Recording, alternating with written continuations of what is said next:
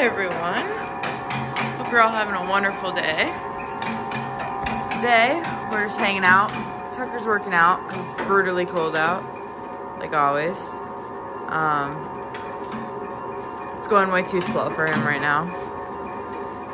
But I thought I would talk about why you should really never support a shelter, as some people, I think, use it more as a money gain than as a good deed. Lately, I've been following this rescue who recently went public on their like how much they made in the last year off of puppy sales. And it was more than an ethical breeder would ever make in their lifetime. But yet they always have GoFundMes and whatever else up. And where I have a problem is they never know when to stop. People, they constantly bring in pregnant moms and they will never spay and abort because that's where they make their income, that's where they make their sales. Understandable. But that's not what a rescue should be about. Moms that are pregnant and rescued should be spayed and aborted automatically, as you don't have guaranteed a home for that puppy. You know, a lot of people have the argument of rescues, well, breeders need to stop. Rescues also need to stop. They bring in 12, 15 puppies at a time. They're producing how many puppies a year, as they don't spay and abort their moms. They just produce that puppies, and then they bring in another pregnant mom. Produce another, let's say 6 puppies. Let's say another 6 puppies. Let's say 4 of those dogs get adopted. 2 of those dogs stay in the shelter from each litter. That's 4 puppies that they don't have a home for in a month, more than likely. That's insane. And then they turn around and sell those puppies for $800, which is a lot of money if you think about it. I know a shelter around me sells all their puppies for $600 to $900 to $1,000 a puppy. And I can go to an ethical breeder and spend about $1,500 and buy a decently well-tested, health-tested, know the background, genetics, everything on that dog. Unlike when you go to a breeder or a rescue and you have no idea. It's the same fight of a backyard breeder. You know, they're gonna produce 6 puppies from 2 litters. 4 puppies get placed in a home. 2 of those dogs are going to a shelter. You know, it's just constant. It's a cycle. Where we need to cut down on is the backyard breeders and really shelters in a sense. You know, people don't support no-kill shelters, but they're actually the most helpful. You know, a dog has an untreatable cancer or something like that, they're going to be in pain for the rest of their lives. Most rescues are not going to be humane enough to put that dog down. They're going to keep that dog and try to fix it and resell it for, you know, $1,000. Like, I know rescues, they'll take a dog in a wheelchair and the dog is miserable and in pain, and they don't put that dog down, they fix it. And while that's great in theory, that dog is in pain. That dog deserves to be put down in peace. And that's one thing that I think a lot of people never see with rescues, is they are not in the ethical sense of doing the right thing. No-kill shelters should get the most support, you know, because they're trying to do what's right. They'll euthanize a mom, even though it's not right. They'll spay and abort a mom because they don't have room. A lot of shelters don't have room lately.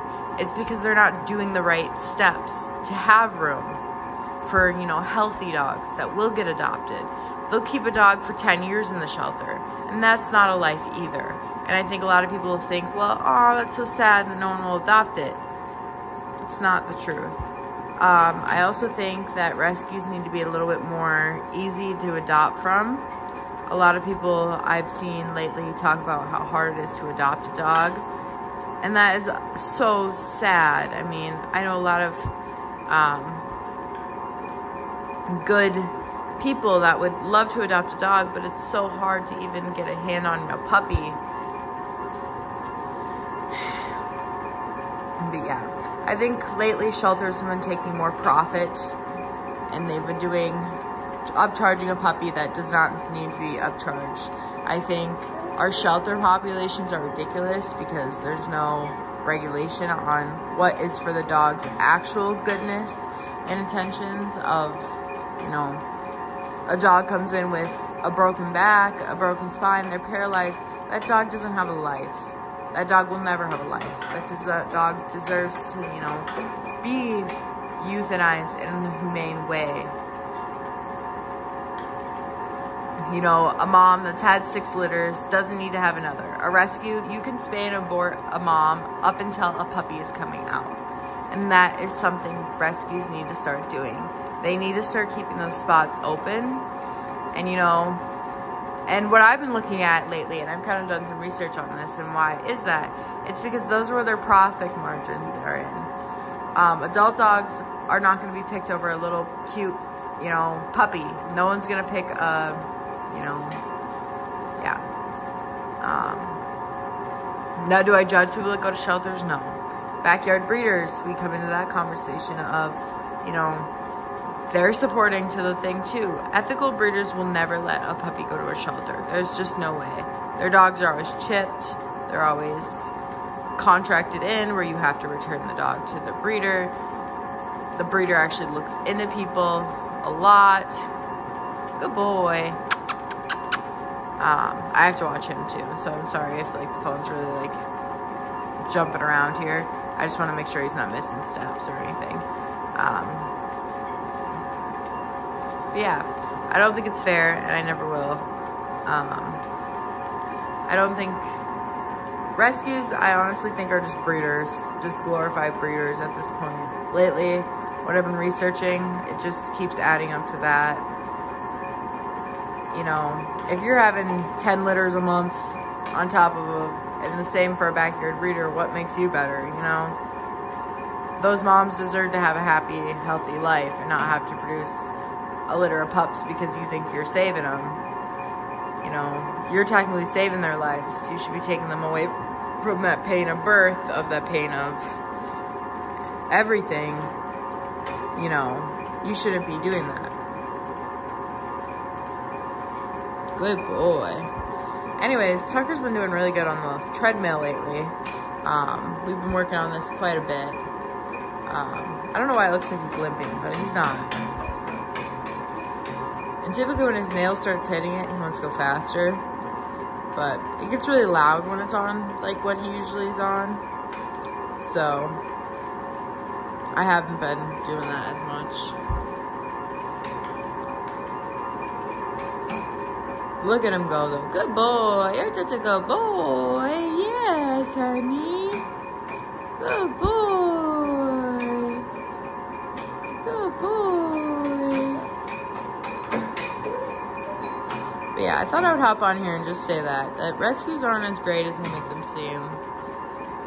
There's a certain one I'm talking about that follows me and, you know, supports me, but I don't agree with their practices at all.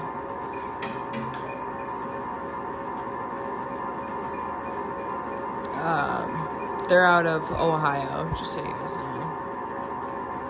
Good boy. I don't even think like the treadmill really like tires him out lately. I don't know. It seems like he's been really anxious. Not anxious, but he hasn't been really getting tired from this, even though it looks like he is. But I don't know. Alrighty, guys. I'm gonna let you guys go here. You know, talked for a little bit, 10 minutes. Get this video out and posted. Look at him, good boy. Alright, thanks for watching, everyone. Peace out.